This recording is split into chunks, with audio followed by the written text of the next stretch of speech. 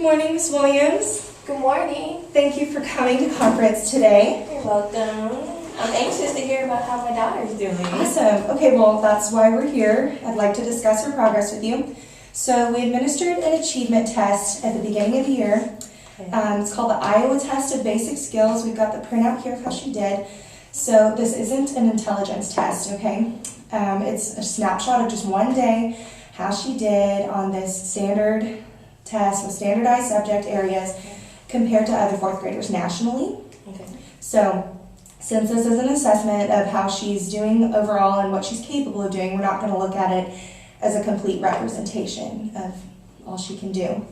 If you look at the results on this test, you can see that it's divided into two sections. This top section here is the norm referenced, and the bottom section is criterion referenced. So the top part, the norm, shows how she did on the test overall in comparison to students nationally in her grade level. The bottom section here, this portion, is divided into the criterion of the different skills that she's tested on in this test, and it's just a breakdown of how she performed as an individual. And there's also a column of percentage of how she did nationally, but we'll get more into that later. So, Okay, so has my daughter improved as much as she should be improving this year? Okay, so if we go up to the norm referenced, there's a section here called grade equivalent. So this test was given in January, which is the 6th month of school. So since she's in 4th grade in the 6th month of school, we would expect for all of her grades on grade equivalent to be a 4.6 or higher. So as you can see, she's doing really well. She's performing above grade level on some, and you can just see where she is. We want her scores to be 4.6 for all content, so she's excelling in some of her subjects where she's getting 5.6, 5.5. There's even a 7.5 on here.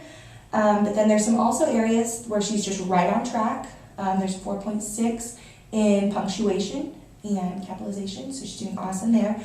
And then there's a few where she's falling behind. She's got a 4.2 in spelling. So that's just a little bit behind on that. So can you explain the norm group? Who is she being compared against? Okay. The norm group she was compared against for this test consisted of all 4th graders nationally. Every student had to take this test. So when we see the national percentile rank right here in the norm box, that means she did that much better than the other students in 4th grade. So they generally, all her scores tend to fall along the 75 percentile, so she's doing 75% better than other students in her grade. Okay, I see. So that was norm referenced, but if we come down here to criterion referenced, we can look at her achievement in individual subjects. So she was tested over skills ranging, you can see from vocabulary, reading comprehension, come over, there's mathematics, and there's science and social studies. So in each of these skills, there's subsets, you see, subtests, where there's individual skills being tested. So for vocabulary, she's tested on her vocabulary. She's tested on inference and interpretation for comprehension. And under science, she's also tested on her ability to analyze information and smaller individual requirements for each skill. Okay, so what do all these abbreviations next to test and skills mean? Okay, so the skills show, you can see where it shows the total number of items on the test in this first column, and then right next to it is the number attempted. So that's how many, shows us how many there were and how many she tried. Okay, so you can see she tried all of them. She was able to complete all of them in this section here for the English Language Arts section. And then next to that, it shows the percentage of how many she answered correctly. So out of, here for vocabulary, there were 34 questions. She answered all 34. She got 76% of them right.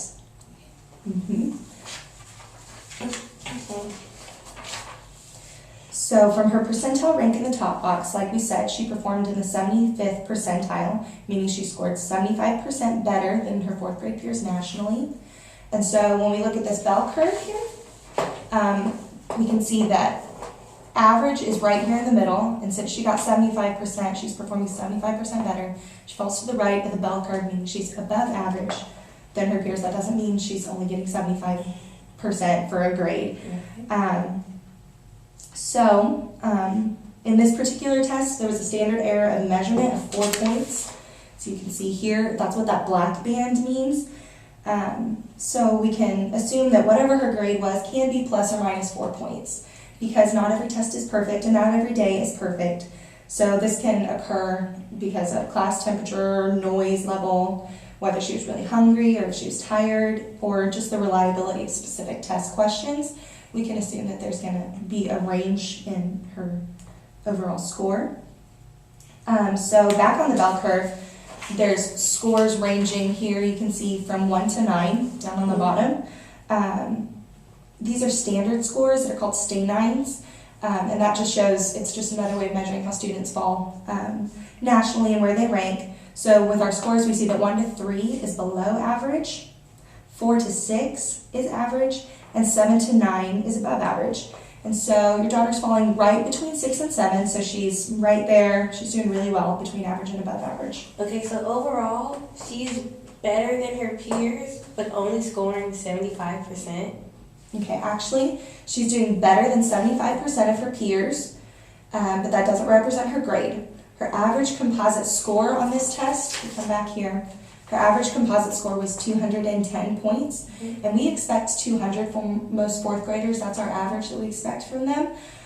This score is showing that she's making really good progress and she's right on track.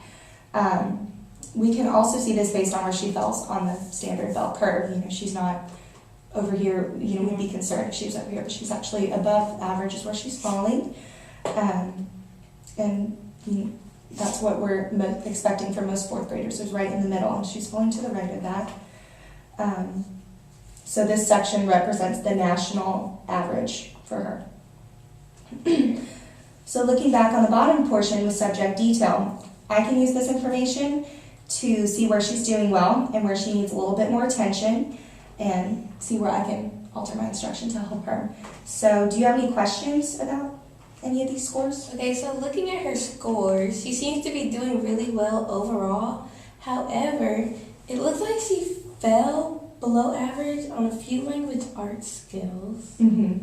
Yeah, those scores caught my attention as well, and we can focus more on these areas with her. I wouldn't be too concerned though, because after I looked more into that, I saw that each of these sections, where she fell below, they only had like 3 to 6 questions. There were very few questions, so you know, she's doing an excellent job in her math and problem solving skills, and you know, I saw where she's struggling there, but she's doing really well in other areas. And we can look at her classroom work and what she's done throughout the year and see that she's greatly improved, especially in spelling over the last few months. And so her classroom portfolio will show the assessments that I've given over the year and the projects that she's done to show that she is improving. But yes, those scores caught my attention as well. Okay, so what can we do to help her improve in the few areas that she's struggling? Okay, so mostly our concern is going to be spelling, I think, for focusing on that. I send home weekly spelling lists, so it would be helpful if you could practice these with her. You could incorporate maybe family spelling bees at the dinner table, or any other creative kind of way you can think to practice the spelling that works with your schedule. And in class, I can use more instruction and more time to incorporate writing and spelling into her routine, and maybe some games to help her improve those. I can also give you a handout of these scores that we looked at today. Overall, she's doing really well, and we should be very proud of her work and her achievements. Do you have any other questions or concerns about any of these? No, I don't think so. Okay, well, I appreciate you taking time out of your day to come talk about your daughter's progress. She's a bright student. She contributes so much to our classroom, and I really enjoy having her here with me. So please feel free to call me or email me with any questions that you have about the test or anything going on in the classroom. Thank you. Awesome. Thanks so much. Thank you. Okay. Wave to the camera. Hello. 9 minutes. Okay. Oh, how do you stop?